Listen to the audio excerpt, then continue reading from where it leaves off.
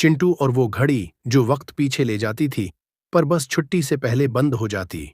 एक दिन चिंटू बाजार गया और एक अजीब सी घड़ी खरीद ली। दुकानदार ने कहा, ये आम घड़ी नहीं, ये वक्त पीछे ले जाती है, मगर खबरदार, छुट्टी के वक्त से पहले ही बंद हो जाती है। चिंटू ने आंखें फैलाकर पूछा, क्या मतलब? स्कूल की छट्टी? दुकानदार ने शरारत से कहा, वही तो। मजे करो, मगर होशियार रहना। पहला तजुर्बा, रियाजी का पेपर। अगले दिन चिंटू ने रियाजी का टेस्ट दिया और जैसा कि हमेशा होता था, उसने सिर्फ नाम लिखा। टीचर ने कॉपी ली, चिंटू की सांसें तेज। तभी चिंटू ने घड़ी का बटन दबाया। वापस ले जाओ मुझे सुबह 8 बजे। पऊफ, सब कुछ वैसा का वैसा हो गया। चिंटू खुशी से बोला, अब तैयारी करके आऊंगा। लेकिन तैयारी की बजाय वो दोबारा सो गया। दूसरा तजुर्बा, स्कूल की देर। एक दिन चिंटू देर से उठा, स्कूल की बेल बज चुकी थी। अम्मी चीखें, अब गया काम से। चिंटू ने हिंसते हुए घड़ी दबाई। वापस ले जाओ 6 बजे सुबह। अब वो वक्त पर उठा, नाश्ता किया, साफ यूनिफॉर्म पहनी। लेकिन बजाय स्कूल जाने के फिर से मोबाइल खोल लिया और दोबारा देर हो गई। उम्मी ने गुस्से से घड़ी पकड़ी, ये बंद करो, नहीं तो तुम्हें 1940 में भेज दूंगी। तीसरा तजुर्बा, लंच की छुट्टी। चिंटू ने देखा कि लंच खत्म हो गया और उसका बर्गर किसी ने खा लिया। वो गुस्से से बोला, घड़ी भाई, मुझे वापस 11 बजे ले चलो। वापस गया, लंच बचाया, लेकिन इस बार चुपके से दूसरे बच्चों के लंच पर हाथ मारा। बच्चों ने शोर मचाया, ये बार बार कैसे बच जाता है? प्रिंसिपल आए और बोले, चिंटू, तुम हर बार पकड़े जाने से बच कैसे जाते हो? चिंटू बोला, मैं वक्त से आगे चलता हूं। मसला घड़ी की हद। एक दिन चिंटू ने सोचा, छुट्टी से थोड़ा पहले बटन दबाता हूं, फिर सारा दिन दोबारा गुजारता हूं। लेकिन जैसे ही घड़ी दबाई, घड़ी बोली, अरे भाई, छुट्टी का वक्त करीब है, मैं अब बंद हो रही हूं। और पऊफ, घड़ी बंद। चिंटू स्कूल में ही रह गया। पूरी रात स्कूल में अकेला, सिर्फ एक मुच्छर और वही पुराना पंखा चलता रहा। अंजाम, सुबह प्रिंसिपल आए, चिंटू को स्कूल में सूता पाया। पूछा, ये क्या हाल है? चिंटू बोला, बस घड़ी ने छुट्टी नहीं दी। अब चिंटू ने फैसला कर लिया, वक्त के साथ चलो, घड़ी के पीछे नहीं। चिंटू और वो चश्मा जो दूसरों का दिमाग पढ़ता था। लेकिन सिर्फ जुमे के दिन चिंटू को स्कूल के मेले से एक अजीब चश्मा मिला। एक बाबा जी ने हंसते हुए कहा, बेटा, ये चश्मा खास है, ये लोगों के दिमाग की बातें बताता है। लेकिन सिर्फ जुमे को। चिंटू ने हैरत से पूछा, और बाकी दिनों में? बाबा जी बोले, बस शेषा ही रह जाता है। पहला जमा, दिमाग की दुकान खुल गई। जम्हा आया, चिंटू ने चश्मा पहना और वाह वाह, उसे हर बंदे के दिमाग की आवाज सुनाई देने लगी। टीचर कह रहे थे, ये बच्चा तो नाक का बाल है, पर मुझे हंसाता बहुत है। पप्पू दिल में सोच रहा था, आज चिंटू का लंच चुपके से खा लूंगा। नम्रा दिल में कह रही थी, चिंटू रोज मेरी तरफ क्यों देखता है, कोई बात करे ना। चिंटू ने जोर से कहा, मैं सिर्फ तुम्हारे नोटिस लेना चाहता हूं। नम्रा हैरान, मैंने तो दिल में सोचा था। मसला शुरू, चिंटू का दिमाग घूमने लगा, सबकी बातें, सबके राज, हर एक का दिल। वो हंसते हंसते हाँपने लगा। ये तो कमाल है, पर दिमाग फटने वाला है। कैंटीन वाला दिल में सोच रहा था, यही बच्चा है जो हर बार उधार लेता है। चिंटू ने फौरन पैसे दिए और बोला, ले लो भाई, तुम्हारे दिल में सुन लिया मैंने। शायद कुछ ज्यादा हो गया। आखिरी पीरियड में प्रिंसिपल साहब क्लास में दाखिल हुए।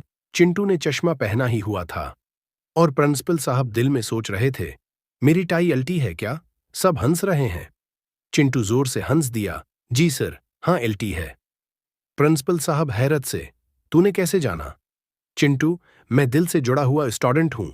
जम्हा खत्म, चश्मा बंद। 4 बजे जैसे ही छुट्टी हुई, चश्मे ने आवाज दी, जम्मा खत्म, अब अगले हफ्ते मिलेंगे। अब चिंटू को कोई आवाज नहीं सुनाई दी। पप्पू ने लंच चुरा लिया, नम्रा ने नोटिस वापस न दिए, टीचर ने होमवर्क दुगना दे दिया। चिंटू ने सर पकड़ लिया, ये चश्मा हफ्ते में एक दिन काम करता है, बाकी दिन मेरी किस्मत ही काम करती है। आखिर में सबक, चिंटू ने सोचा, अगर हर वक्त सबका दिमाग पढ़ लिया तो सरप्राइज कहाँ रहेंगे। चश्मा अलमारी में रखा और अगले जम्हा का इंतजार करने लगा। चिंटू और वो पेन जो लिखने से पहले इम्तिहान का नतीजा बताता था, चिंटू हमेशा इम्तिहान से पहले परेशान रहता था।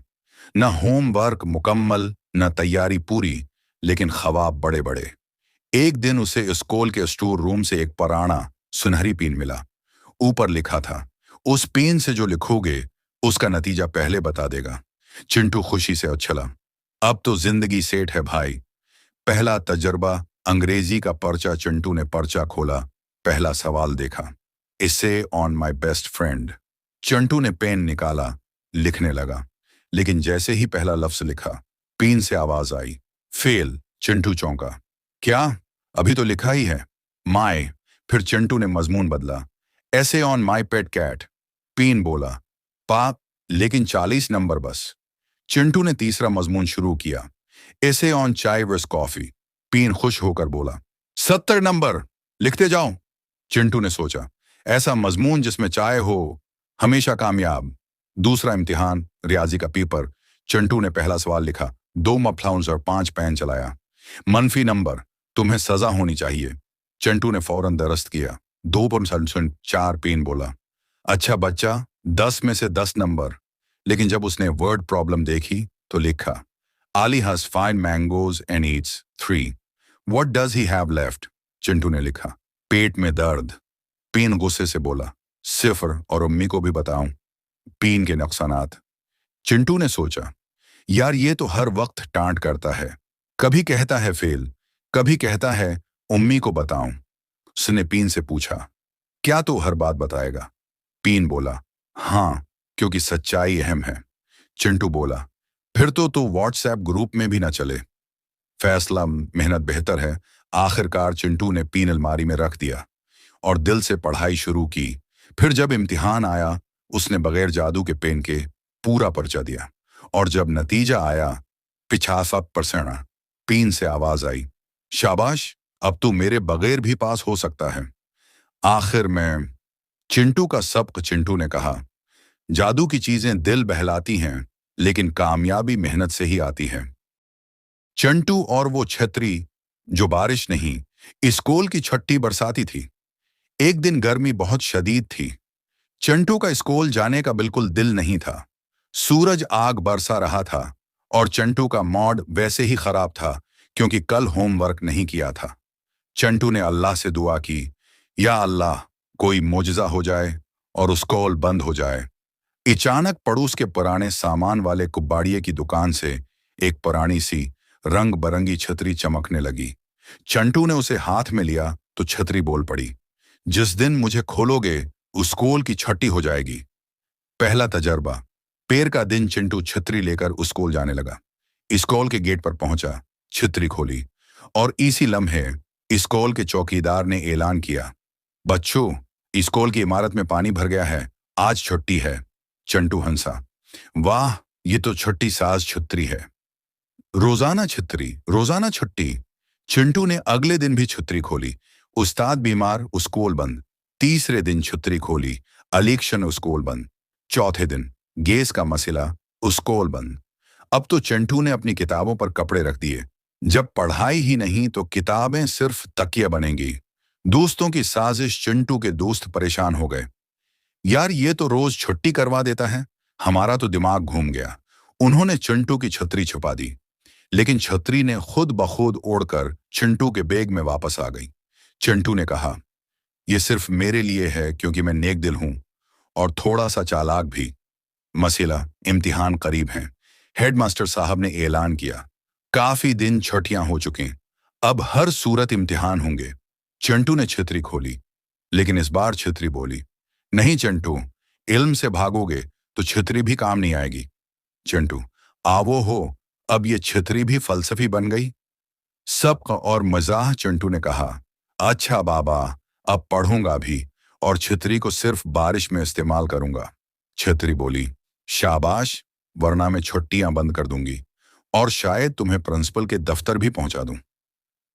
आखिरी मकालमा। चिंटू ने दोस्तों से कहा, कभी कभी छुट्टी अच्छी लगती है, लेकिन हमेशा छुट्टी जिंदगी से छुट्टी बन जाती है। चिंटू और वो जौते जो झूठ पर खुद ही मारने लगते थे। एक दिन चिंटू बाजार गया और पुराने सामान वाले बाबाजी की दुकान से एक अजीब व गरीब जौतों की जोड़ी खरीद लाया। जूते खूबसूरत, चमकदार और बिल्कुल नए जैसे लग रहे थे। बाबा जी ने कहा, ये जूते खास हैं, सच बोलने वालों के लिए नर्म और झूठ बोलने वालों के लिए सख्त। चिंटू ने हंसते हुए कहा, अरे बाबा जी, क्या जूते भी किसी को पहचानते हैं? बाबा जी ने मुस्कुराकर कहा, ये जूते तुम्हें खुद समझा देंगे। पहला झूठ। मार शुरू। चिंटू घर पहुंचा। अम्मी ने पूछा, होमवर्क किया? चिंटू, जी अम्मी, सारा मुकम्मल क्या है? जोते ने फचक की आवाज के साथ एक हल्की सी चपल मार दी। चिंटू चौंक गया, समझ नहीं आया क्या हुआ। अम्मी किचन में चली गई। चिंटू बोला, अजीब इत्तेफाक है। दूसरा झूठ। जोता दौड़ा। अगले दिन चिंटू ने दोस्तों से कहा, मैंने कल 100 में से 99 नंबर लिए। जोते ने खुद ब खुद उसकी टांगों पर जोर से छन छन मारना शुरू कर दिया। दोस्त हंसने लगे, यार ये जोते खुद ब खुद चलते क्यों हैं? चिंटू चुपचाप बैठ गया और बोला, बस पाँव में कोई इलेक्ट्रिक शॉक आ गया था। एक और झूठ और एक और जोता। इस्ताद से पंगा, झूठ का नतीजा। इस्ताद ने चिंटू से कहा, कल तुम स्कूल क्यों नहीं आए?